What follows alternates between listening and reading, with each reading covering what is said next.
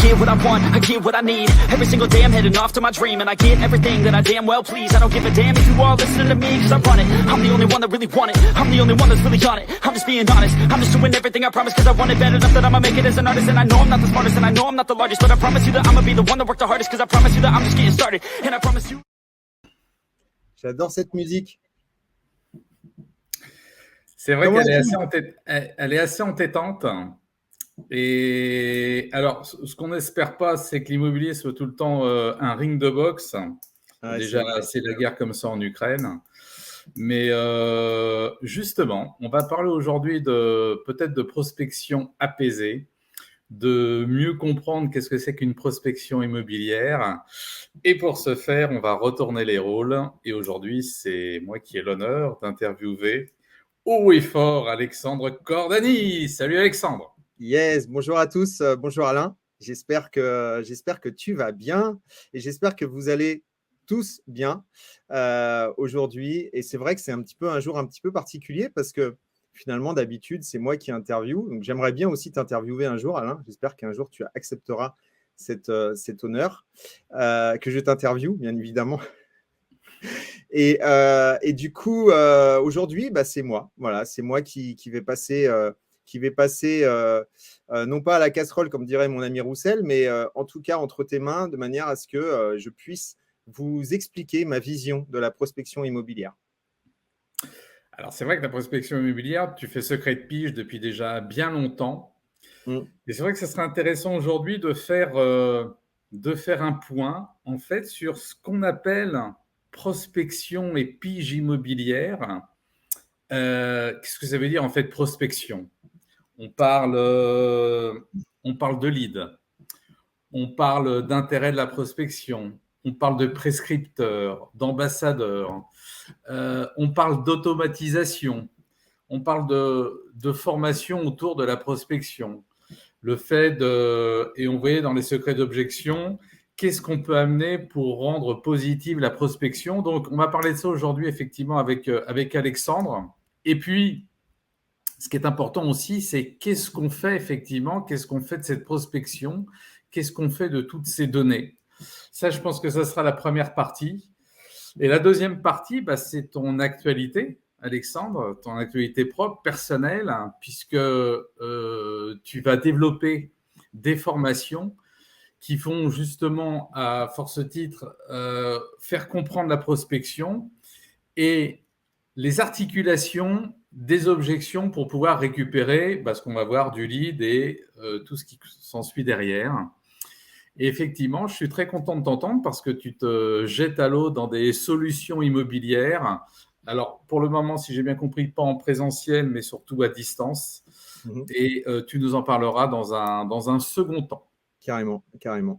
Donc, oui, la prospection, c'est quelque chose de particulier parce que c'est vrai qu'on en entend parler tout le temps. On entend parler que finalement, la prospection à l'ancienne, quand je parle de la prospection à l'ancienne, c'est les sonnettes, c'est la pige immobilière, etc. Finalement, c'est dépassé et que maintenant, il faut absolument passer au digital. On entend qu'on peut prendre des mandats en restant sur son canapé. Enfin, on entend plein de choses. Moi, tu le sais, je suis un grand passionné du cerveau et du fonctionnement du cerveau. Et effectivement, lorsque on promet, là en plus, on est en plein dans les promesses électorales. Donc, lorsqu'on promet plein de choses comme ça, c'est sûr que forcément, le cerveau a forcément envie d'aller vers ce qui est le plus simple pour lui, ce qui va demander le moins d'énergie possible. Et c'est vrai que rester sur son canapé en train de manger des chips et regarder une série Netflix et avoir dans son téléphone des gens qui te disent « j'ai envie de travailler avec vous », c'est quand même idéal. Franchement, ce monde-là, il est juste merveilleux. Seulement, cette vie, en fait, qu'on nous vend à coût de plusieurs centaines d'euros, n'est pas une véritable vie, en fait. On le sait bien. Moi, ça fait 20 ans que je fais de l'immobilier. Et en fait, j'ai tourné J'ai tourné l'immobilier en grand, en large, en travers. J'ai essayé de faire ce que je pouvais. J'ai refait mon lit plusieurs fois, dans tous les sens. Et en fait, j'étais même patron d'une start-up à un moment donné où je proposais des honoraires à 1%. Mais le digital, c'est bien. Le digital, faut savoir s'en servir. Le digital, il faut s'en servir, mais en appui sur, finalement, la prospection à l'ancienne. Alors, effectivement, la prospection à l'ancienne, ça fait bizarre, ça fait un peu moutarde à l'ancienne. Mais clairement, aujourd'hui, qui peut se vanter de prendre des mandats sans bouger de chez soi, sans bouger de chez lui, sans finalement faire ce qu'on appelle simplement du démarchage? Je coach certaines personnes aujourd'hui et c'est vrai qu'on entend encore des choses sur le démarchage. Par exemple, on entend que il faut sauter partout. Comme si finalement, lorsque tu vas au bal du 14 juillet, tu vas finalement, tu ne sais pas si tu aimes les brunes, les blondes, les rousses ou les plus vieilles. En fait, tu vas finalement aller un peu partout aux quatre coins du bal et essayer finalement de draguer, au moins de te sortir une nana. Ça ne marche pas en fait. Ça ne fonctionne pas parce que lorsqu'on n'est pas focus sur quelque chose, ça ne peut pas fonctionner. Donc, la première étape et le premier conseil que je peux donner là, aujourd'hui, maintenant, c'est déjà que tous ces conseillers immobiliers à qui on a dit qu'il fallait qu'ils aillent à droite, à gauche, qu'ils appellent dans 3 communes différentes, qu'ils fassent de la pige partout, déjà, c'est recentrez-vous. C'est-à-dire, prenez un cap et gardez ce cap. Prenez un focus et gardez ce focus. On nous dit qu'il faut 2500 boîtes aux lettres à peu près. Bon, tu l'as entendu, et je pense qu'on le dit souvent, il faut, on va dire, entre 2000 et 2500 boîtes aux lettres. Pour moi, ça ne suffit pas. Ce n'est pas le nombre de boîtes aux lettres qui ne suffit pas, c'est de dire qu'il faut 2000, 2500 boîtes aux lettres qui ne suffit pas.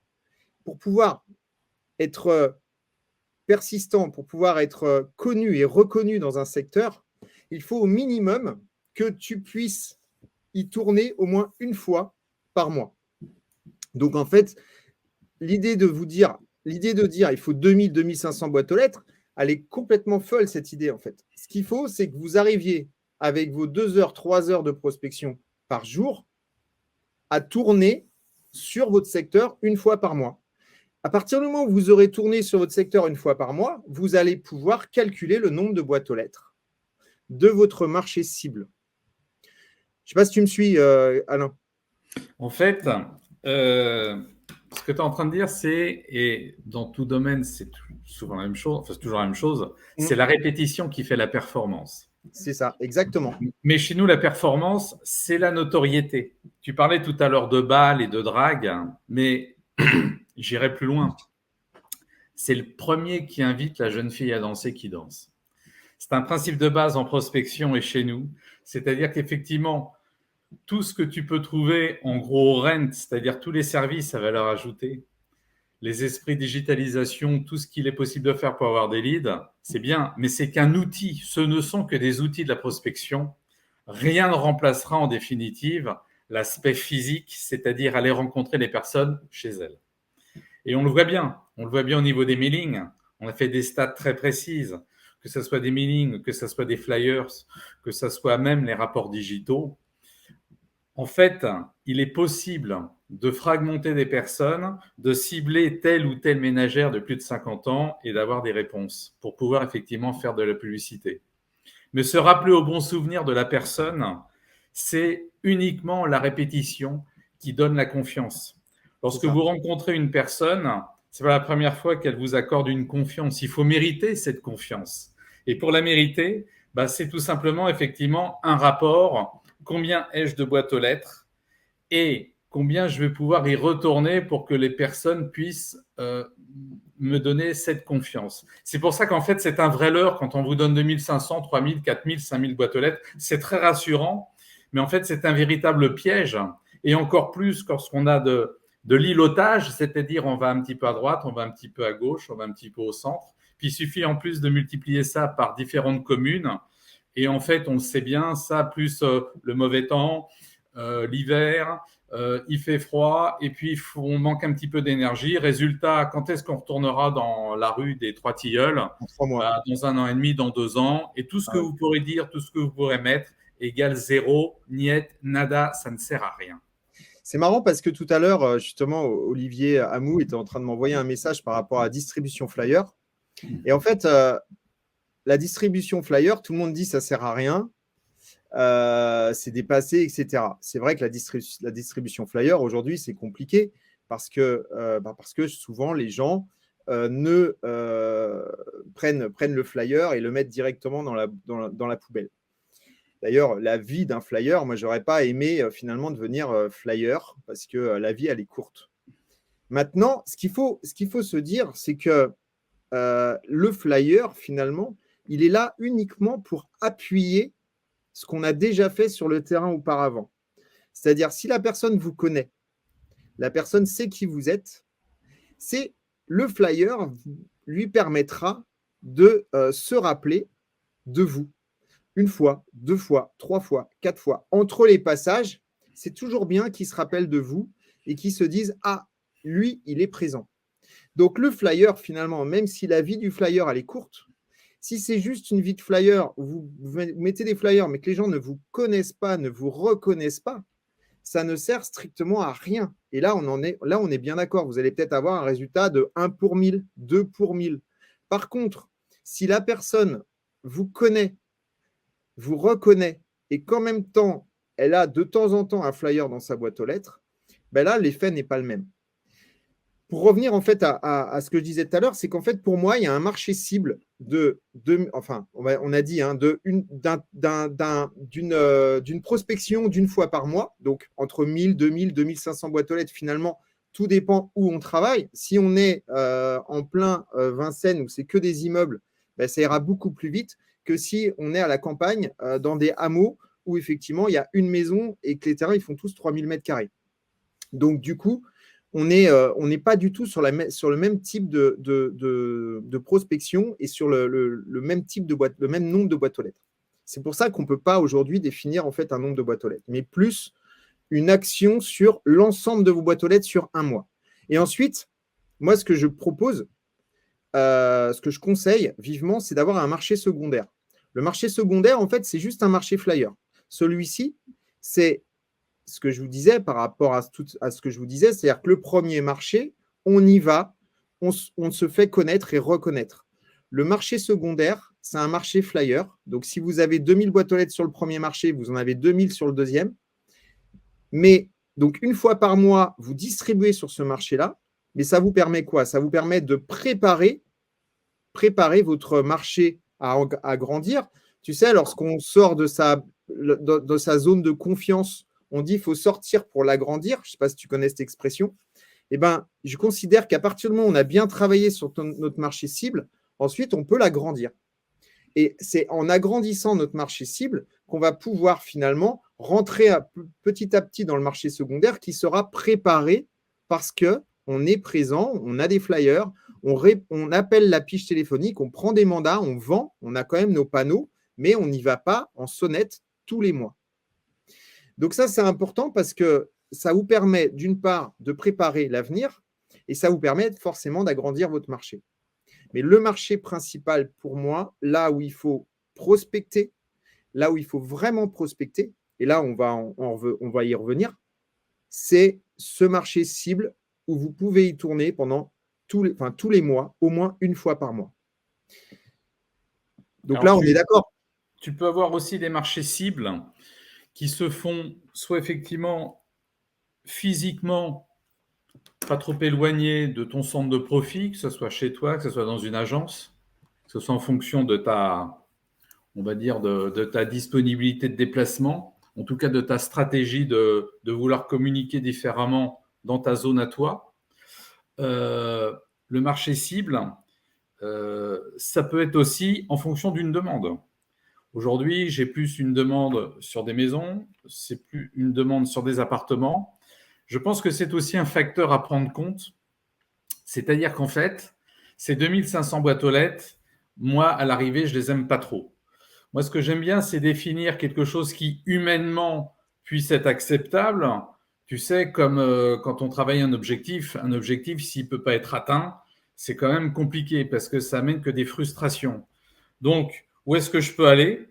La manière dont je vais opérer, c'est-à-dire que 2500 boîtes aux lettres, d'accord, ça me fait plaisir, mais si je gâche ces 2500 boîtes aux lettres en racontant n'importe quoi à l'extérieur, en me gâchant à la grille, c'est donner du lard à du cochon et en définitive, ça ne sert pas à grand-chose. Et puis la troisième, c'est en fait, qu'est-ce que mes acquéreurs demandent aujourd'hui? Quelle est ma demande? Et cibler en priorité la demande. Ça ne sert à rien que j'aille dans des maisons à 1 million, 1 million 500 000 euros si mon panier moyen d'acquéreur cherche des 3 pièces aux alentours de 250 ou 300 000 euros. Alors c'est bien pour se faire connaître, mais ça, on se fait plaisir à soi-même.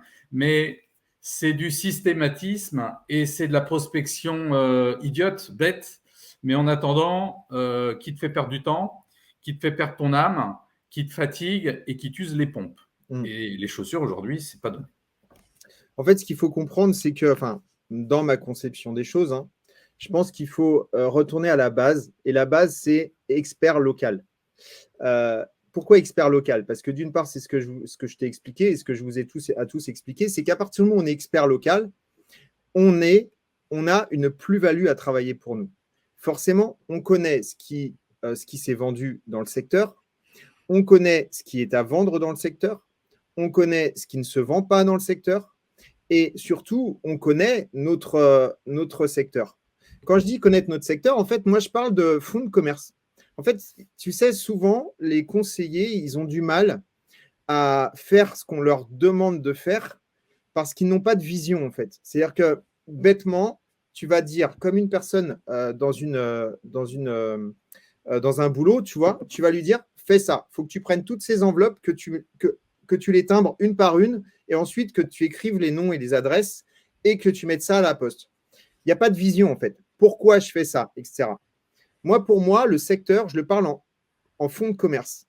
Aujourd'hui, qui peut se vanter?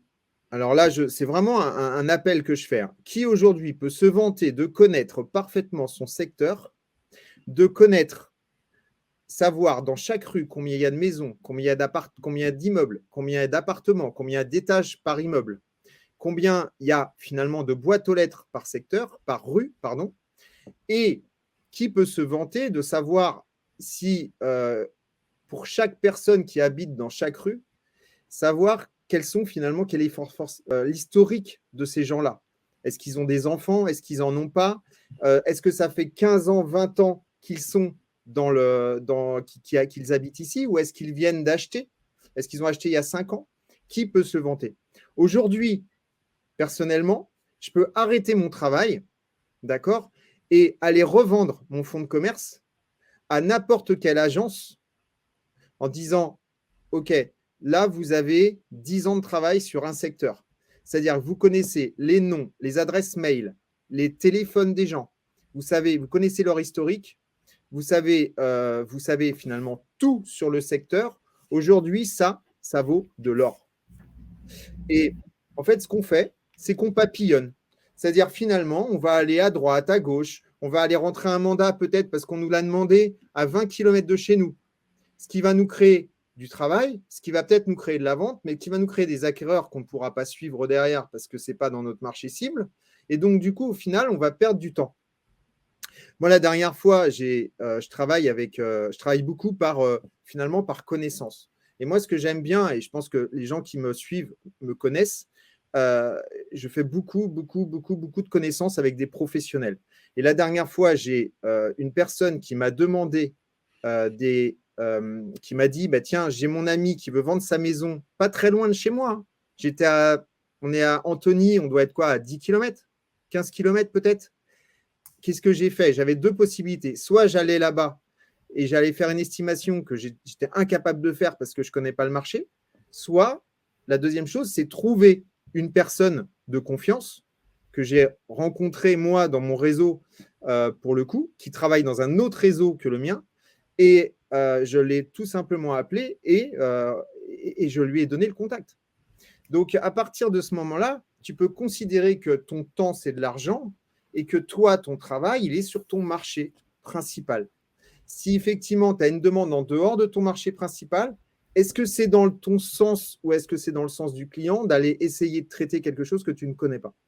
Et donc, la première chose à faire, c'est de correctement travailler son secteur.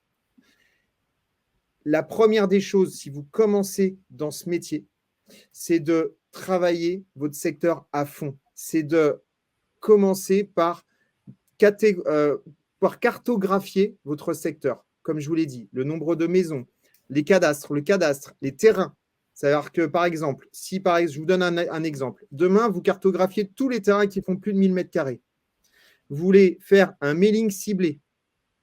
Vous allez regarder tous les terrains qui font plus de 1000 m². Vous envoyez un mailing ciblé sur tous ces terrains-là, sur toutes ces maisons, en disant « J'ai un client qui recherche un terrain de plus de 1000 m². » Quelle va être la puissance de votre marketing à partir du moment où vous allez cibler quelque chose qui existe et qui parle à la personne?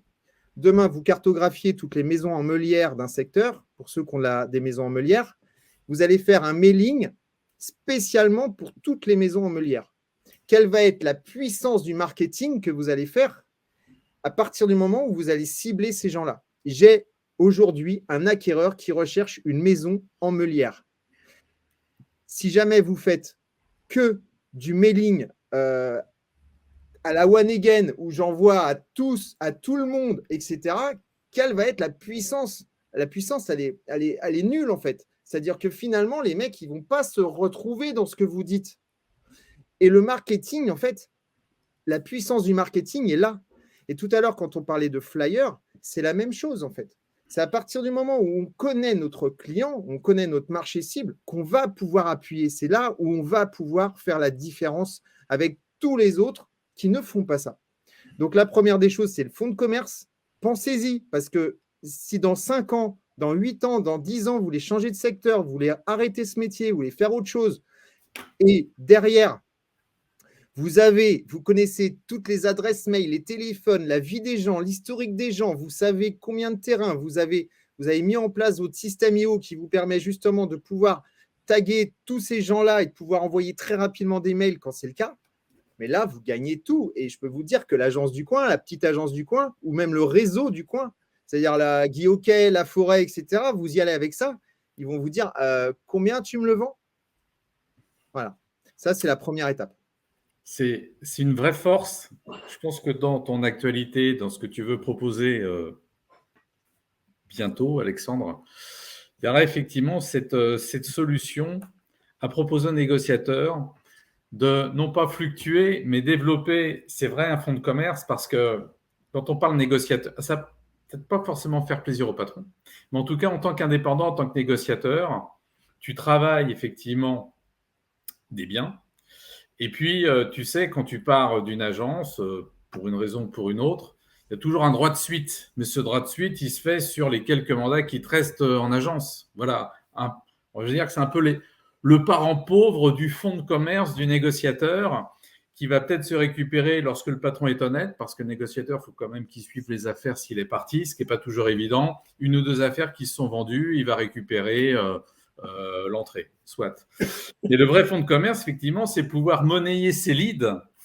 Et là, ça a une puissance, une saveur qui est tout à fait inédite et que tu nous développeras, j'espère, tout à l'heure, qui pourrait être en phase avec tes futures formations.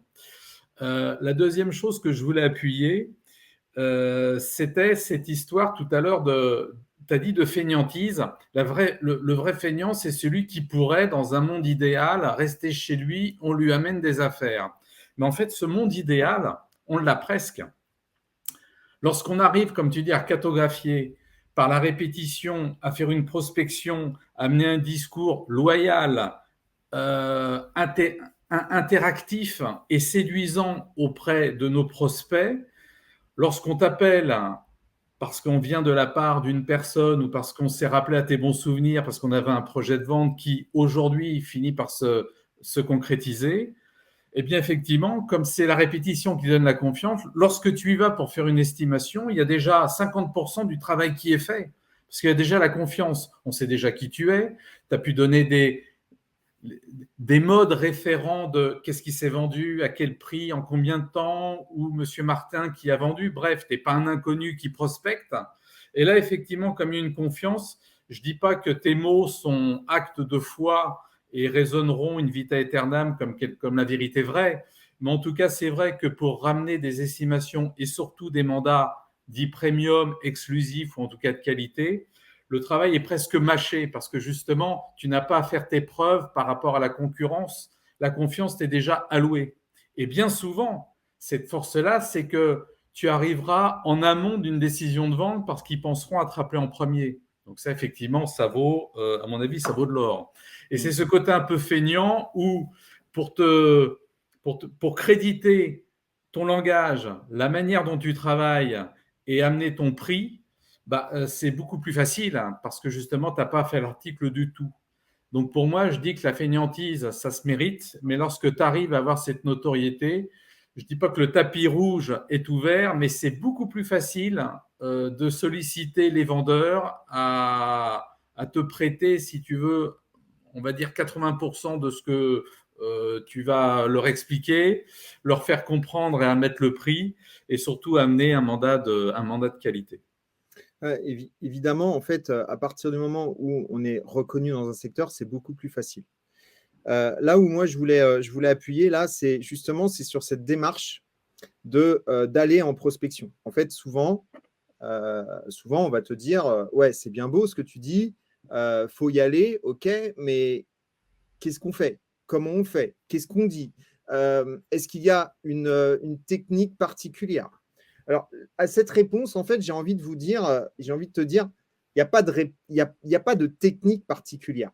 Pourquoi? Parce qu'on travaille avec l'humain et qu'on a beau essayer d'avoir des choses bien établies, des scripts bien établis, d'accord? L'humain est là et du coup, il y a tout qui peut changer. Par exemple, si je vous dis, il faut sonner, il faut attendre que la personne descende et comme on commence à discuter, vous allez avoir le vieux monsieur en robe de chambre qui ne va pas vouloir descendre de son perron. Vous allez avoir la personne qui va juste répondre à l'interphone avec l'interphone qui grésille où on ne comprend rien. Vous allez avoir le chien qui va venir et qui va venir aboyer et du coup rien comprendre. Vous allez avoir la personne qui va vous dire « Non, mais mettez ça dans la boîte aux lettres ». Vous avez la personne qui dit « Non, je l'achète, je ne vends rien, je ne vends rien, je ne vends rien ». Forcément, la vie d'une personne qui prospecte dans la rue, c'est impressionnant en fait, parce que chaque porte, c'est une nouvelle, c'est quelque chose de nouveau. Et c'est ça aussi qui met un peu le piment. Maintenant, il y a quand même des petites choses à savoir. D'une part, la première des choses que j'avais envie de vous dire, c'est ne vous mettez pas la pression. Ne vous mettez pas la pression parce que vous n'êtes pas là pour absolument trouver le gars qui va vendre sa maison tout de suite. Ça n'existe pas. Enfin, sincèrement, moi, je prospecte. C'est pas parce que je sors, d'accord, même au bout de 20 ans, c'est pas parce que je sors et que je vais prospecter dans la rue que je vais forcément rencontrer un mec qui va me dire « Ah bah tiens, si, je vends ». Enfin, si c'était le cas, ça se saurait, ça serait génial. C'est pas le cas, en fait. En fait, aujourd'hui, la prospection, et je pense qu'il faut, à ce moment-là, il faut changer, en fait, son état d'esprit. Et je pense que les commerciaux, les conseillers immobiliers, quand ils auront compris, quand les patrons auront compris qu'il faut changer l'état d'esprit, le mindset à ce moment-là, il va y avoir quelque chose qui va changer, en fait. C'est-à-dire que la prospection terrain, ça n'a jamais été du court terme. Ça peut le devenir. Bien évidemment, on a la chance du débutant, on est sur le terrain, on a le gars, tac, ah ben je vends. Ben, génial, ça m'est déjà arrivé et ça arrive à tout le monde. Maintenant, est-ce qu'il faut se dire qu'à chaque fois qu'on va prospecter, est-ce qu'on va tomber sur un gars qui va me dire je vends? Non. La première étape, en fait, alors moi, je vais vous donner l'exemple d'un marché que vous ne connaissez pas. Parce que sincèrement, encore une fois, je suis persuadé que tous les gens qui m'écoutent là, il y en a très peu qui connaissent réellement leur marché. D'accord? Qui sont allés tous les mois, sonner, noter, etc. Donc, la première des choses, le premier conseil que je peux donner, c'est ding dong. D'accord? Oui, bonjour. Alors, encore une fois, la personne qui est très loin, moi, ce que je fais, c'est que j'ai pas de j'ai pas ma petite carte de visite là, mais Tu parles tout doucement en faisant des gestes. Je prends ma petite carte de visite et je dis, alors, parlez doucement, oui et non, parce que ça, c'est un peu, voilà. Et par contre, je leur dis, je m'appelle Alexandre Corneille, je suis conseiller immobilier, je voulais vous laisser ma carte. Et donc, les gens, en fait, souvent, ils vont dire, OK, j'arrive. Ou alors, laissez-la moi dans la boîte aux lettres. Alors, s'ils vous disent, laissez-la moi dans la boîte aux lettres, OK, vous notez, vous avez laissé votre carte dans la boîte aux lettres, ce n'est pas grave. Maintenant, la plupart des gens, en fait, ça va bien se passer. La plupart des gens, à partir du moment où vous leur dites « Oui, bonjour, voilà, je m'appelle Alexandre Cordani, je suis conseiller immobilier et je viens vers vous car je suis nouveau dans le secteur. » Attention, chaque mot a son importance. Hein. Je suis nouveau dans le secteur, je m'intéresse beaucoup à votre quartier et en fait, je voulais savoir qu'est-ce qui vous a plu lorsque vous avez acheté ici. C'est très important. Parce qu'à partir du moment où vous dites vous êtes nouveau dans un secteur et que vous avez besoin d'aide, okay, le comportement change. Souvent, vous allez avoir la personne qui va vous dire non, mais quand vous dites je suis Alexandre Corneille, conseiller immobilier, non, mais je ne vends rien, je ne vends rien. Oui, c'est clair que vous ne vendez rien et je ne suis pas là pour acheter quoi que ce soit. Je suis là juste pour vous poser une question. Et donc, à partir du moment où effectivement on commence à leur demander de l'aide, le changement va intervenir. C'est-à-dire qu'en fait, la personne, si tu veux, au niveau du cerveau reptilien, le cerveau reptilien, lui, il réagit. C'est soit il combat, soit il fuit, soit il y a la fuite. À partir du moment où tu arrives et tu sonnes chez quelqu'un, tu as le reptilien qui se met en route. D'accord ? C'est qui sait, qu'est-ce qu'il veut, machin, etc. Quand tu commences à leur demander un conseil, de l'aide pour t'aider dans ton métier, ça change totalement la donne. Et la deuxième chose, c'est que la personne, tu lui demandes qu'est-ce qui lui a plu lorsqu'elle a acheté ici. Acheter, d'accord ? Ça veut dire que si la personne est locataire, elle va te le dire automatiquement. Ça veut dire qu'en gros, tu n'as pas besoin de lui poser la question qui tue, est-ce que vous êtes propriétaire ? Parce que la question qui tue, est-ce que vous êtes propriétaire ? C'est une question qui est difficile à poser parce que c'est une question qui qui est très, comment dire, qui va quand même sur le truc. On dit, je suis conseiller immobilier, est-ce que vous êtes propriétaire ? Ok, tu m'intéresses, tu vois. T'es blonde à forte poitrine, tu m'intéresses. En gros, c'est un peu ça. Alors que là, tu dis, qu'est-ce qui vous a plu lorsque vous êtes arrivé, lorsque vous avez acheté dans le quartier ? Là, la personne, en fait, elle va te dire, non, je suis locataire. Ok, super, bah, écoutez, c'est génial. Si vous êtes locataire, ça fait longtemps que vous êtes locataire. Il faut savoir rebondir là-dessus. Parce que peut-être que la personne, elle est locataire, mais demain, peut-être qu'elle va vouloir acheter. Si la personne ne te dit rien, ça veut dire qu'elle est propriétaire. Et dans ce cas-là, elle va te dire, bah, écoutez, nous, on est venu ici, on s'est installé il y a 5 ans parce qu'on a 2 enfants et qu'il y a les écoles qui ne sont pas loin. Et puis mon mari, comme il travaille à la Défense ou ailleurs, il prend le métro qui n'est pas loin, le RER, vous comprenez, c'est hyper bien, puis c'est au calme, c'est il y a les commerces, il y a machin, etc. C'est-à-dire que les gens vont vous commencer à vous raconter leur vie alors que vous n'avez absolument rien dit.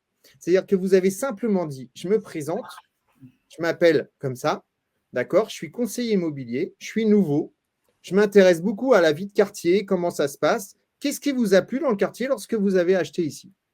C'est tout. Et là, les gens, ils vont, et je te jure que c'est vrai, hein, ça fonctionne. Les gens, ils déballent leur vie. Et ça, c'est important parce que, en fait, la plupart des conseillers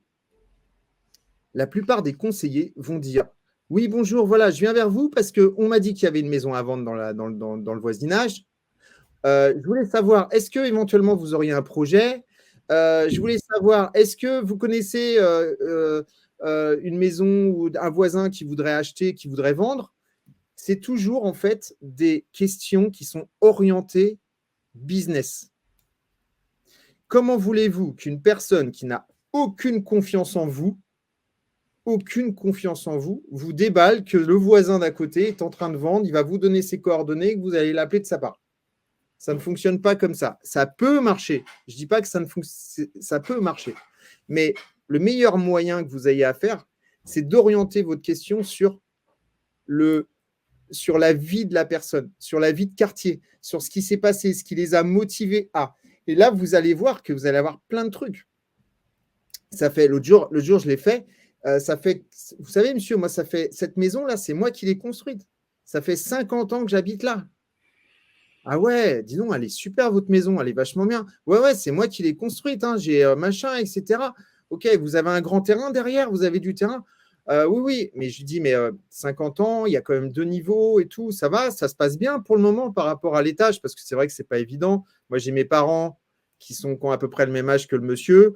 Je lui dis, moi, j'ai mes parents qui ont à peu près votre âge et tout, ça commence à être difficile, machin. Compassion. Euh, il faut écouter les gens, il faut comprendre les gens, mais il ne faut pas que ça soit orienté business. Ensuite, une fois qu'on a fait ça, ça c'est la première étape. Et vous verrez que cette étape-là fait que vous allez devenir déjà, vous allez commencer à connaître votre quartier. Vous allez commencer à connaître les gens du quartier. Si vous dites, oui, bonjour, voilà, je voulais savoir, est-ce que vous connaissez une maison qui est à vendre? Non? Ok, merci, au revoir. Vous connaissez quoi? À part qui ne connaît pas ou qui ne veut pas vous le dire. Vous ne connaissez rien. Vous allez à la maison d'à côté, puis vous dites, bonjour, je voulais savoir, est-ce que vous connaissez une maison? Non? Ok, très bien, merci. Bonjour, monsieur. Et vous ne connaissez rien, rien du tout. La deuxième étape, attention, parce que c'est intéressant, pour moi, c'est intéressant ce que je vous dis, hein, vraiment, notez. Hein. La deuxième étape, c'est qu'à ce moment-là, vous lui laissez votre carte de visite. D'accord? Pourquoi? Parce qu'il vous a déballé, il ne vous connaît pas, vous lui avez simplement dit votre nom, votre prénom, vous lui donnez votre carte de visite. Et ça, c'est important parce que pendant que vous allez lui laisser la carte de visite, vous allez pouvoir lui dire que si jamais il a besoin de quoi que ce soit comme conseil dans l'immobilier, vous êtes là pour lui répondre. Vous êtes une personne qui connaît bien le métier et s'il a besoin de conseils juridiques, pratiques sur l'immobilier, vous êtes là. Et encore, que il a aussi la possibilité de donner cette carte de visite à un de ses amis, de ses voisins, si jamais un de ses amis, ses voisins a quelque chose, a besoin d'un conseil. Vous lui laissez votre carte de visite. Ça, c'est la deuxième étape. Il ne faut pas lui laisser avant, parce que sinon, il ne vous écoutera pas. Et il va la prendre et il va vous dire c'est bon, c'est terminé. Vous lui laissez après. La troisième étape, c'est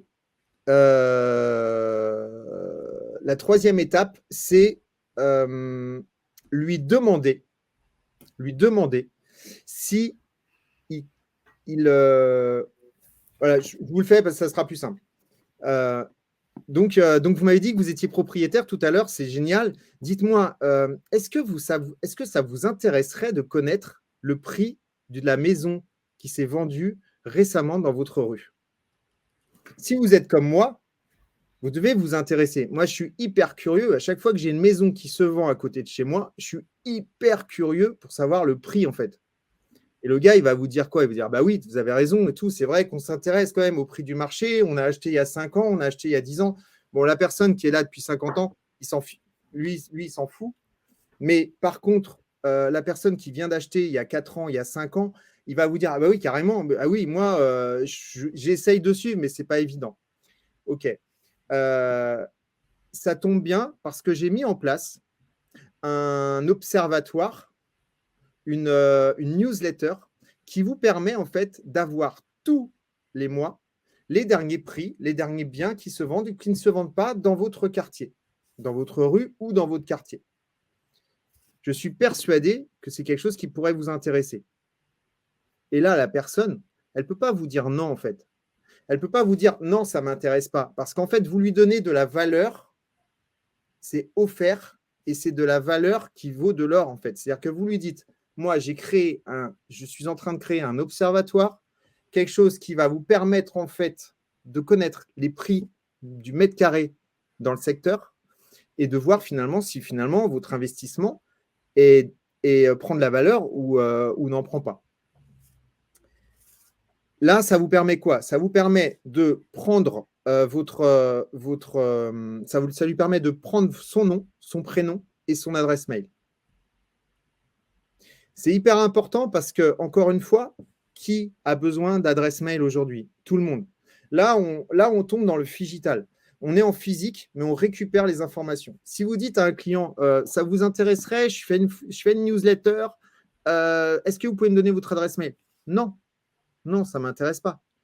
Vous lui avez dit, est-ce que ça vous intéresserait en fait de connaître le prix de la maison qui s'est vendue à... Ben oui, ça m'intéresserait. Tu vois? C'est-à-dire que tu l'amènes sur quelque chose qui s'est passé, d'accord, en lui disant, est-ce que ça... Mais tu ne lui dis pas pourquoi. Est-ce que ça vous intéresserait d'avoir le prix de la maison qui s'est vendue? Ben oui. Ok, ça tombe bien parce que j'ai mis en place un observatoire, j'ai mis en place une newsletter qui vous permet de vous renseigner tous les mois de ce qui se fait dans votre secteur. Le mec, il ne peut plus te dire non. Il t'a dit que ça l'intéresse. Si jamais le gars, il te dit non, ça ne m'intéresse pas, etc. Ok, super. Bah, écoutez, ce que je vous propose, je suppose que c'est parce que c'est le mail. Je comprends, ça peut être un peu délicat. Donnez-moi votre nom et votre prénom. Et puis, je vous envoie un courrier je le fais en courrier et je vous l'envoie tous les mois. Ça permet quoi? Ça permet, encore une fois, ça vous permet de garder le contact avec les gens. Ça vous permet de constituer votre base de données qui est locale. Et ça vous permet finalement à chaque personne de savoir s'il est propriétaire, s'il est locataire, s'il a des enfants, s'il n'en a pas, s'il a besoin des écoles, s'il a besoin du RER, s'il a besoin de ci, s'il a besoin de ça. Quand vous arrivez à votre bureau, après, vous allez sur le logiciel cadastre, vous regardez les terrains, la superficie du terrain, tout ça. Plus vous allez avoir d'informations, plus ça vous permettra de pouvoir cibler du marketing à un moment donné. La dernière chose, une fois que vous avez fait tout ça, c'est-à-dire que si je ne dis pas que ça marche à tous les coups, attention. Hein. Je dis, le gars, il a répondu oui à la première étape. Il vous a pris votre carte de visite. Il a répondu oui à la troisième étape. D'accord? La quatrième étape, elle se passera différemment que si vous lui demandez dès la première étape. La quatrième étape, c'est, on va l'appeler l'étape, comment il s'appelle l'inspecteur là? Excusez-moi, vous étiez où hier là, inspecteur Colombo. On va l'appeler l'étape Colombo. Mince, j'ai oublié. Est-ce que vous connaîtriez un bien qui serait, ou un voisin qui aurait un projet d'achat ou de vente là, là tout de suite? Vous lui demandez à la fin. Pourquoi? Parce qu'une fois qu'il a validé les 4 étapes, en hypnose, en fait, on appelle ça, ou en PNL, on appelle ça le yes set. Le gars, il a dit oui une fois, oui 2 fois, oui 3 fois, oui 4 fois. À la 4e fois, forcément, il va les connaître, ses biens. Forcément, il va vous dire ah oui, il y a quelqu'un qui m'a dit qu'il avait un projet. Oui, je crois que j'ai entendu de... Ça va passer crème.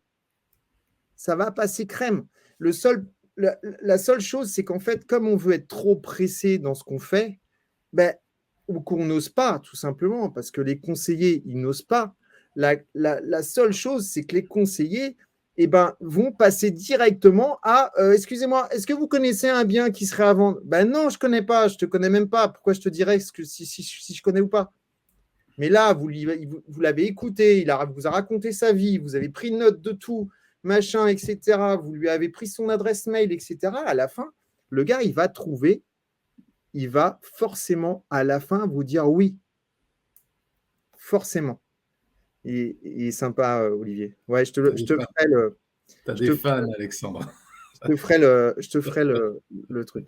Bonne idée, le coup de l'observatoire. Merci. On lui fera en live, Alexandre. Voilà, merci mon Julien.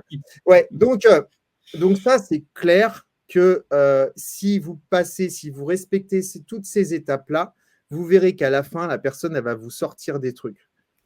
Et ce qui est important, c'est de comprendre que les conseillers doivent travailler sur le long terme. À partir du moment où les conseillers ont compris qu'il faut travailler sur le long terme, ça change totalement la face des choses. Hier, j'ai partagé dans mes réseaux, j'ai partagé une carte manuscrite que je mets dans les boîtes aux lettres le lendemain de ma prospection dans les rues où je suis allé, où les gens uniquement chez les gens à qui dans les boîtes aux lettres des gens à qui j'ai parlé. Pourquoi? Tout simplement parce que une fois qu'on a parlé avec ces gens, qu'on a pris les informations, etc., il peut se passer encore une fois, on a dit une fois par mois. C'est long, une fois par mois. Et donc, ce qu'il faut, c'est avoir une stratégie. Dès le lendemain, vous mettez une carte de correspondance dans la boîte aux lettres avec. Je vous remercie énormément pour le moment que nous avons passé ensemble, tatati, tatata, hier, lors de ma prospection ou lorsque j'ai sonné à votre porte, etc. La personne, elle va recevoir ça. Le lendemain, elle se dit « Waouh, c'est quoi? C'est manuscrit, c'est machin, mais c'est qui ce gars, en fait? C'est un extraterrestre, sincèrement. » Ce qui va faire la différence entre vous et un autre, c'est simplement vos outils de différenciation. Mais vos outils de différenciation, c'est pas, ça peut être la visite virtuelle, ça peut être les téléphones, ça peut être les photos pro, ça peut être le super réseau, ça peut être ci, ça peut être ça peut être les 4x3 en pleine ville, ça peut être n'importe quoi. Mais ce qui va changer la face des choses, c'est vous, c'est tout. C'est simplement de la façon dont vous allez le faire. Et il y a le savoir-faire et le savoir-être. Et le savoir-être, il est plus important que le savoir-faire. Et là, quand on commence à s'intéresser aux gens, c'est pareil. Ça, je vous donne un script. Je vous ai donné ce script. Mais ce script, en fait, il ne peut être important, il ne peut être vraiment utilisé que s'il est digéré, en fait. C'est-à-dire qu'il faut le ressentir, le truc. C'est-à-dire qu'il faut vraiment que vous le sentiez. Il faut vraiment que ça soit de vous. Donc, vous pouvez changer quelques mots. Même si je vous dis que chaque mot a son importance, après, il faut le sentir. Mais tout ça, c'est hyper important parce que ça vous permettra vraiment de créer un fonds de commerce. C'est d'autant plus valorisant, j'aurais presque envie… Ah oui, tu peux boire, Alexandre, parce que tu as fait une belle tirade, une belle démonstration. J'aime beaucoup cette démarche, ce canevas commercial. Tu sais, chez Agentis, nous, on aime bien en développer. Et celle-là est très à l'aise pour une raison toute simple, c'est qu'en fait, on ne vend rien. L'absurdité du patron qui veut absolument que ses négociateurs prospectent, c'est d'aller dire « allez-y et ramenez-moi des informations, ramenez-moi des mandats, ramenez-moi des estimations ». En définitive, quelle absurdité! Le négociateur devrait comprendre déjà par lui-même que prospecter, c'est déjà avant tout se former. C'est déjà avant tout apprendre à connaître son secteur, mais connaître son secteur, ça veut dire le tissu économique, le tissu social, qui va être une arme qu'il va pouvoir prendre avec lui et distiller régulièrement lorsqu'il pourra donner une information. Parce qu'encore une fois, tout ne fait que sur capitalisation, tout se fait que sur « je viens de la part de »,« je sais que cette maison s'est vendue tel prix ». Bref, tant qu'il aura ce tissu commercial régulier et récurrent, et plus il se formera, et plus il sera fort, et plus il sera à l'aise vis-à-vis de ses prospects, les prospects chez lesquels il sonne. Donc en définitive, aller en prospection, c'est avant tout se former sur son idéal, c'est-à-dire pouvoir ramener des informations au bon moment. Mais ramener des informations au bon moment, c'est-à-dire ne pas avoir, et là tu l'as mis en avant et c'est magnifique, et c'est vrai qu'on ne s'est pas parlé avant parce qu'on a cette même démarche, c'est en définitive pourquoi avoir un discours professionnel, d'autant plus que les personnes chez qui on sonne n'attendent pas un professionnel.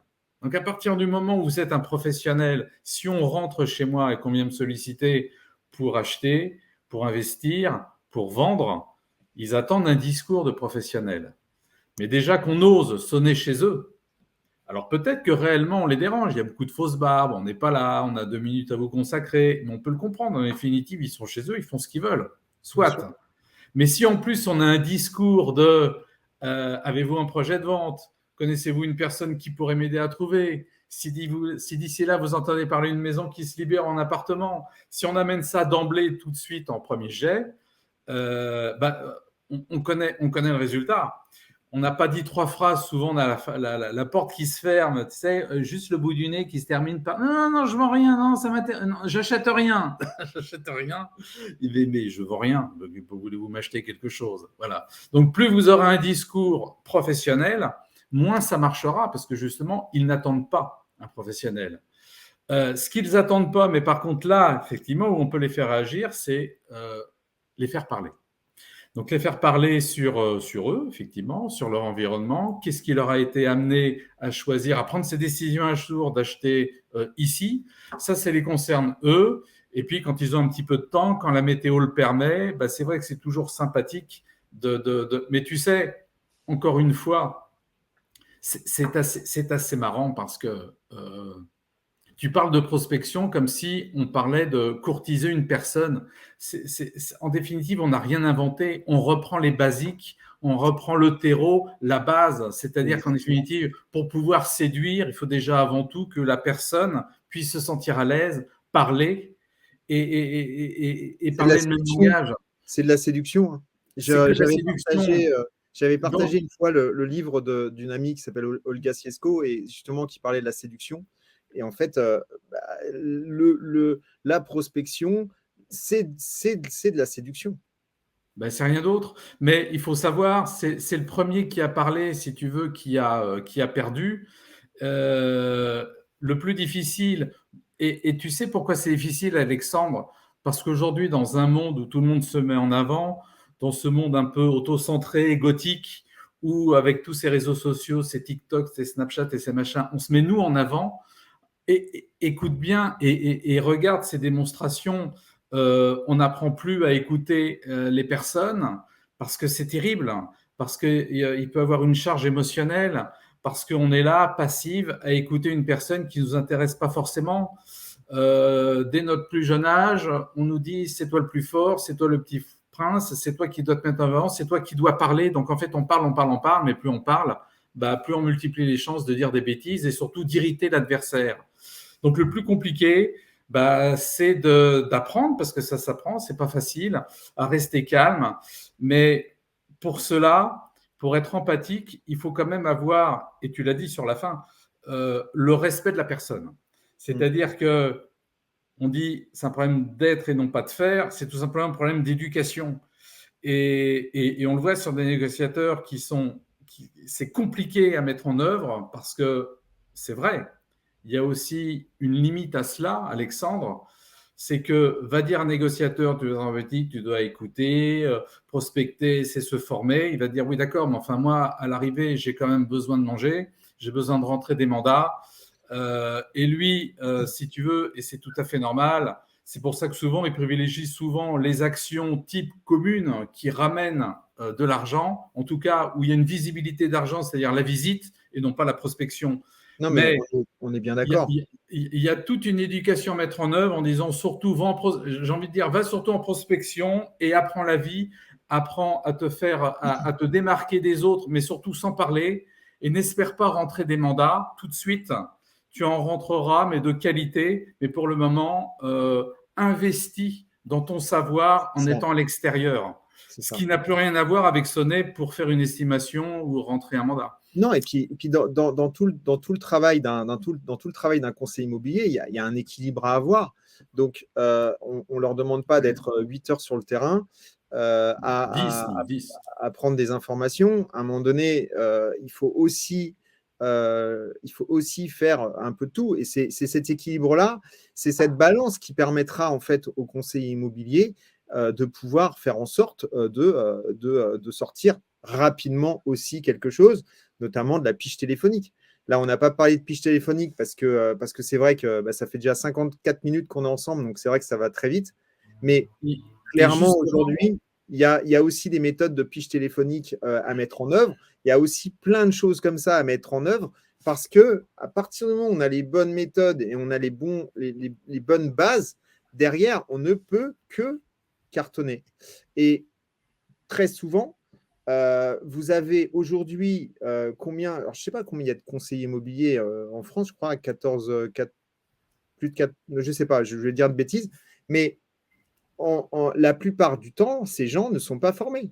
Et ils ne sont pas formés à ce qu'est réellement la négociation, le contact humain avec les gens, ce qu'est réellement l'immobilier, mais ils ne sont pas non plus formés à la vente en général. On fait une pause, il nous reste 5 minutes. Tu as parlé du mot-clé, former. J'aimerais bien qu'on puisse, tu sais, il y a des bruits de couloir, et j'aimerais bien qu'on parle de ton actualité pour terminer, sur ce que tu veux développer, puisqu'on parle de formation. Et là, je vais t'écouter sur les nouvelles dispositions que tu prends pour justement former toutes ces bonnes personnes à ton savoir. Ton actualité, qu'est-ce que tu proposes? On t'écoute, Alexandre. Ok, donc merci, je te remercie beaucoup. Donc moi, vous savez, je suis conseiller immobilier. C'est aussi ce qui fait ma force aujourd'hui, c'est que je suis sur le terrain et je suis tous les jours confronté à la même chose que vous. Donc c'est pour ça que je connais exactement les retours du terrain, savoir qu'une méthode, un script n'est pas figé dans le temps et que forcément on a affaire à de l'humain. Et ce qu'il faut, dans un premier temps, c'est comprendre. Pour moi, en fait, si on parle de formation, on peut faire un grand écart et on peut en parler pendant des heures et des heures. Moi, je suis ce qu'on appelle tout terrain. C'est-à-dire qu'en fait, finalement, 20 ans, 20 ans de profession dans l'immobilier, 20 ans de terrain, 20 ans où avant, j'étais aussi commercial. Et avant ça, je suis issu d'un BTS force de vente. Donc, moi, je suis vraiment dans la vente à plein nez. D'ailleurs, au départ, je pensais que je ne pourrais pas être vendeur parce que moi, j'avais l'image du vendeur, du mec qui blablate, blablate, blablate, blablate, blablate, blablate et qui coûte jamais, mais qui a beaucoup de bagou. Et en fait, dès que je suis arrivé en fait dans la vente, on m'a dit non, c'est tout le contraire. Et là, ça m'a réconforté et j'ai pu avoir mon BTS avec mention parce que j'étais réconforté et que ça correspondait exactement.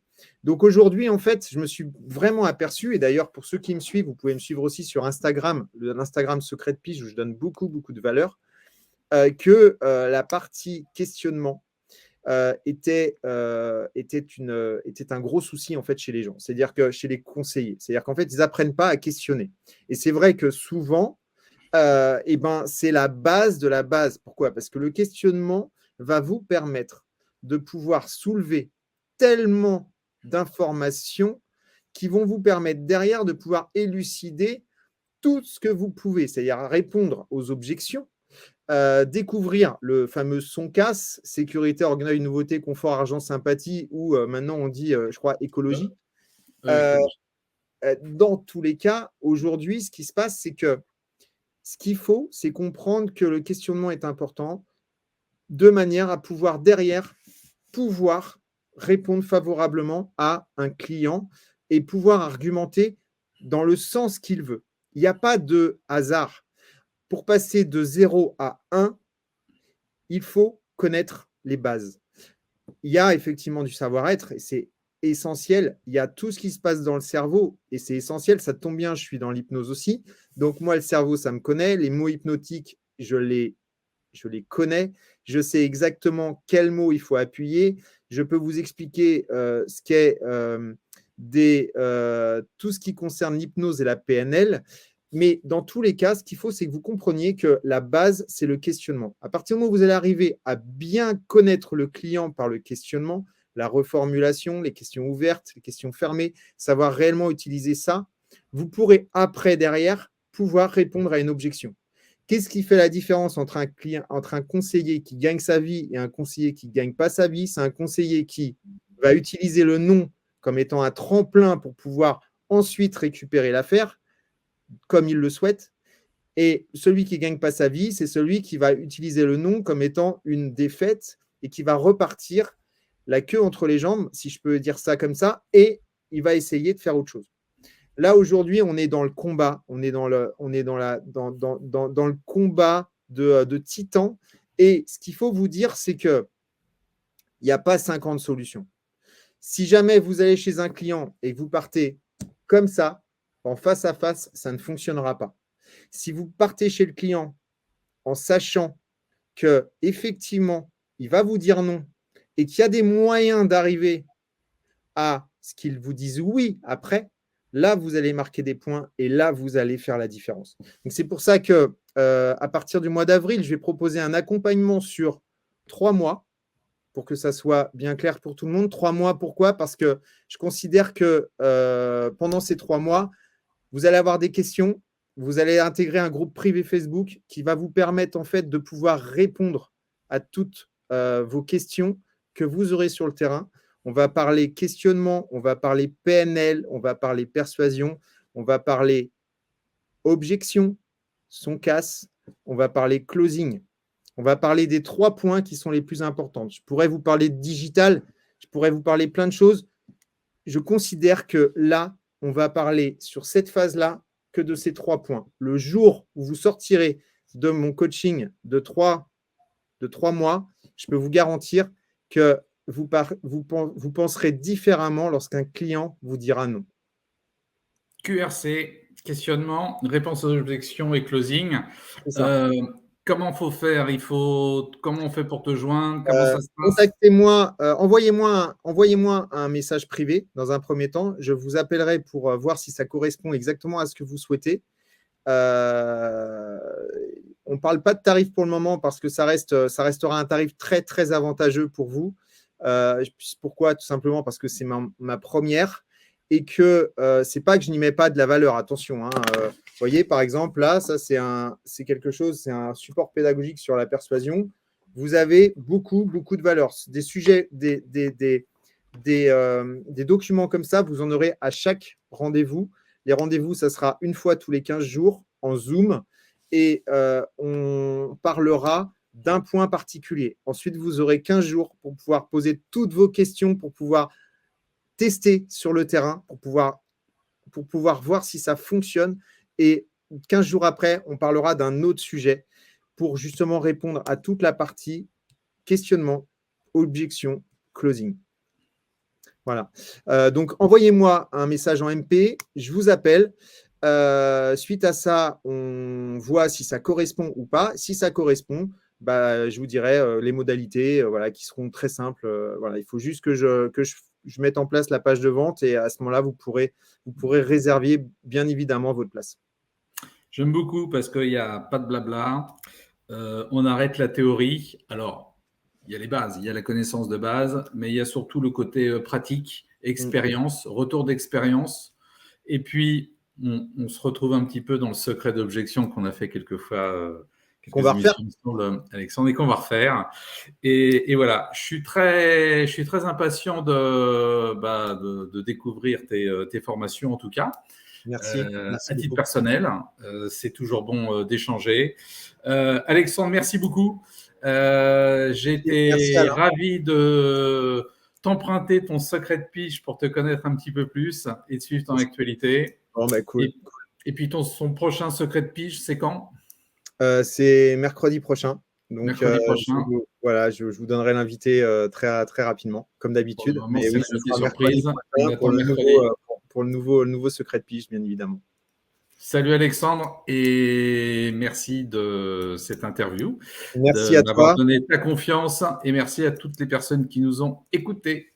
Merci, à bientôt. Au revoir. Au revoir. Passez une excellente journée. À bientôt, au revoir.